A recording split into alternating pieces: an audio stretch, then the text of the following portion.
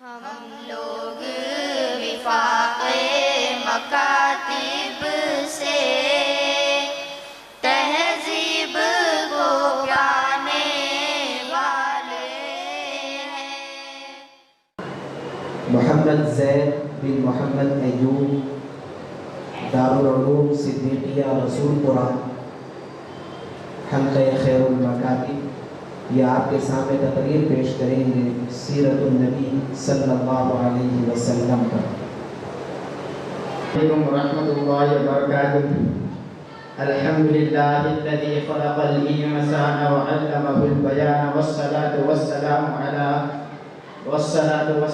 على أشرف الأنبياء محمد وعلى آله وأصحابه وأتباعه أجمعين، أما بعد، أعوذ بالله من الشيطان الرجيم، بسم الله الرحمن الرحيم، لقد كان لكم في رسول الله أسوة حسنة۔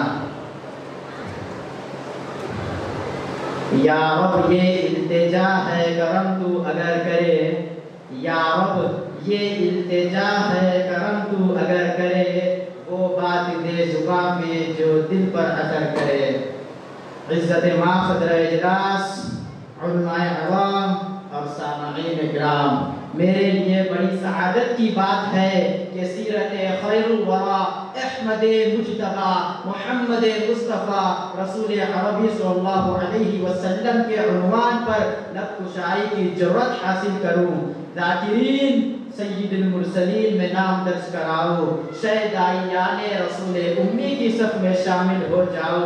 کس قدر دلکش و دلشاد موضوع ہے سامعین اکرام، وقت ہے مختصر اور موضوع ہے طویل تر۔ ایک طرف سامعین مبتلا اضطراب ہے تو دوسری طرف متکلم بھی بے قرار و بےتاب ہے۔ آئیے بغیر کسی طولانی کے عنوان کو آگے بڑھایا جائے۔ ذرا آیت کریمہ کے انداز کو اسلوب پر تو توجہ فرمائیے، بلاغت کو فصاحت کا شاہکار ہے، اختصار و اعجاز کا نمونہ ہے۔ اس آیت کے اندر سیرت النبی صلی اللہ علیہ وسلم کا ہر پہلو اور ہر گوشہ اپنے تمام کمال و جمال کے ساتھ ایسے رکھ دیا ہے کہ جیسے کوزے میں دریا سمو دیا گیا ہو، اور فرمایا گیا ہے تمہارے لیے رسول عربی صلی اللہ علیہ وسلم کی ذات ہر اعتبار سے آئیڈیل اور نمونہ ہے۔ کسی ایک چیز میں نمونہ نہیں بتایا گیا، متعلق فرمایا گیا ہے کہ وہ تمہارے لیے نمونہ ہے۔ اگر کہا جاتا کہ عبادات میں نمونہ ہے، اطاعت میں نمونہ ہے، اسلامیات میں نمونہ ہے، ایمانیات میں نمونہ ہے، معجزات میں نمونہ ہے، مشاہدات میں نمونہ ہے، ملاقات میں نمونہ ہے، تو ہم کہہ سکتے ہیں کہ آپ کی شخصیت ہم آگے نہیں ہے بلکہ کسی خاص صفت میں امتیاز ہے۔ حالانکہ معاملہ ایسا نہیں ہے، بلکہ حقیقت یہ ہے کہ حبیب خدا کی ذات والا صفت ہر اعتبار سے نمونہ ہے، کیونکہ آپ کی ذات اقدس تمام ظاہری و باطنی خوبیوں کا جامع ہے، انسانی زندگی کے ہر گوشے کے لیے نمونہ و آئیڈیل ہے۔ ذرا آیت کریمہ پر بھی غور کیجئے کہ فرمایا اللہ نے تِلْكَ الرُّسُلُ فَضَّلْنَا بَعْضَهُمْ عَلَى بَعْضٍ، یہ رسولوں کی جماعت ہے جن میں سے بعض کو بعض پر فضیلت دی گئی ہے۔ چنانچہ کسی کو کلیم اللہ بنایا گیا، کسی کو روح اللہ بنایا گیا، کسی کو صفی اللہ بنایا گیا، کسی کو صدیق اللہ بنایا گیا، کسی کو صفی اللہ بنایا گیا، کسی کو خلیل اللہ بنایا گیا۔ یعنی ہر رسول کو کسی نہ کسی خصوصی صفات کے ذریعے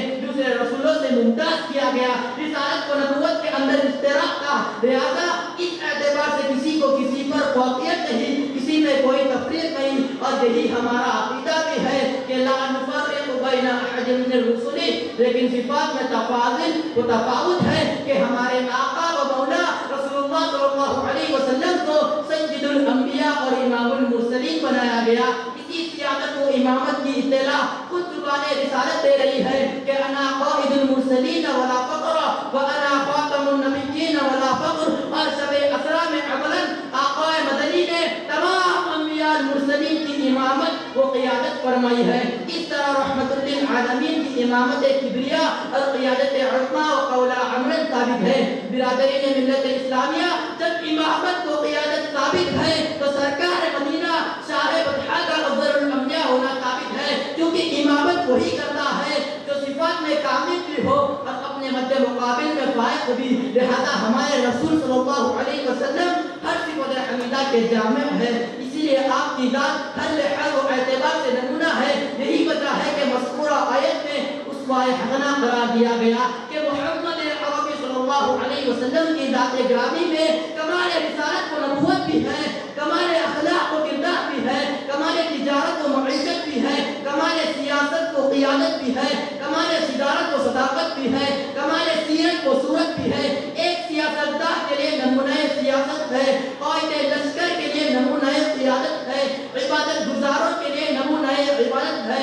البتہ اسوہ حسنہ ہمگیر بھی ہے, عالمگیر بھی, اور یہی دلیل و ثبوت ہے کہ آپ صلی اللہ علیہ وسلم ہر صفت میں کامل و مکمل اور مدلل و نمونہ عمل ہے. حضرت سامعین اکرام, رسول اللہ صلی اللہ علیہ وسلم کو نمونہ عمل اور معیار زندگی بنانے کے لیے آپ کی سیرت کا سنجیدگی اور متانت سے مطالعہ کرنا پڑے گا, ہر پہلو پر غور کرنا پڑے گا. ثابت قدمی اور صبر و استقامت میں مکی زندگی کو دیکھے. گھریلو احوال و قوائف ازواج مطہرہ بیان کرتی ہے, خارجی حالات صحابہ کرام بتاتے ہیں, اور دوست تو دوست اس سے بڑھ کر دشمنان رسول بھی کہتے ہیں کہ سیرت محمد صلی اللہ علیہ وسلم ہر صفت میں کامل و مکمل ہے. سب کے سب آپ کی مدح و ثنا میں رتب اللسان ہے. صحابہ اکرام رضی اللہ تعالیٰ عنہ کی مثالی ترقی کا یہی راستہ کہ سیرت مصطفی کے عکس جمیل تھے, سیرت مصطفیٰ کے نقشہ ثانی تھے, اتباع محمد میں ان کی شب و روز گزرتی تھی. اس لیے کہ حکم الہی تھا کہ قل ان کنتم تحبون اللہ فاتبعونی.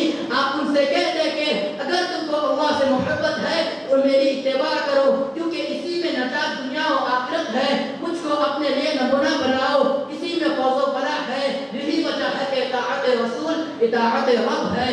میں یطع الرسول فقد اطاع اللہ, جس نے رسول کی اطاعت کی اس نے اللہ کی اطاعت کی. اور یہ بشارت انہیں اطاعت گزارو, وفا شعاروں, فداکاروں, فداکاروں اور فرمانبرداروں کے لیے ہے. میں یطع اللہ ورسولہ فقد فاز فوزا عظیما, جس نے اللہ اور اس کے رسول کی اطاعت کی یقیناً وہ بہت بڑی کامیابی سے ہمکنار ہوا. دنیا نے اس کامیابی کو دیکھا اور مانا ہے. اب ہم اپنے حالات زار کو دیکھیں, محکومیت و مظلومیت, ذلت و رسوائی سے دو چار ہے. کہاں ہے وہ فوز عظیم, کہاں ہے وہ رفعت شان, کہاں ہے وہ قوت و عظمت, کہاں ہے وہ کامیابی و کامرانی, کہاں ہے وہ شان و شوکت, کہاں ہے وہ قیادت و حکومت. جبکہ ہم یہ عاشقان رسول کا نعرہ لگاتے ہیں, فداکاران رسول کے دعوے دار ہیں, مگر ہم کو مصائب و مصائب سے نجات نہیں, پریشانیوں کا ہر چہار جانب سے شکار ہے.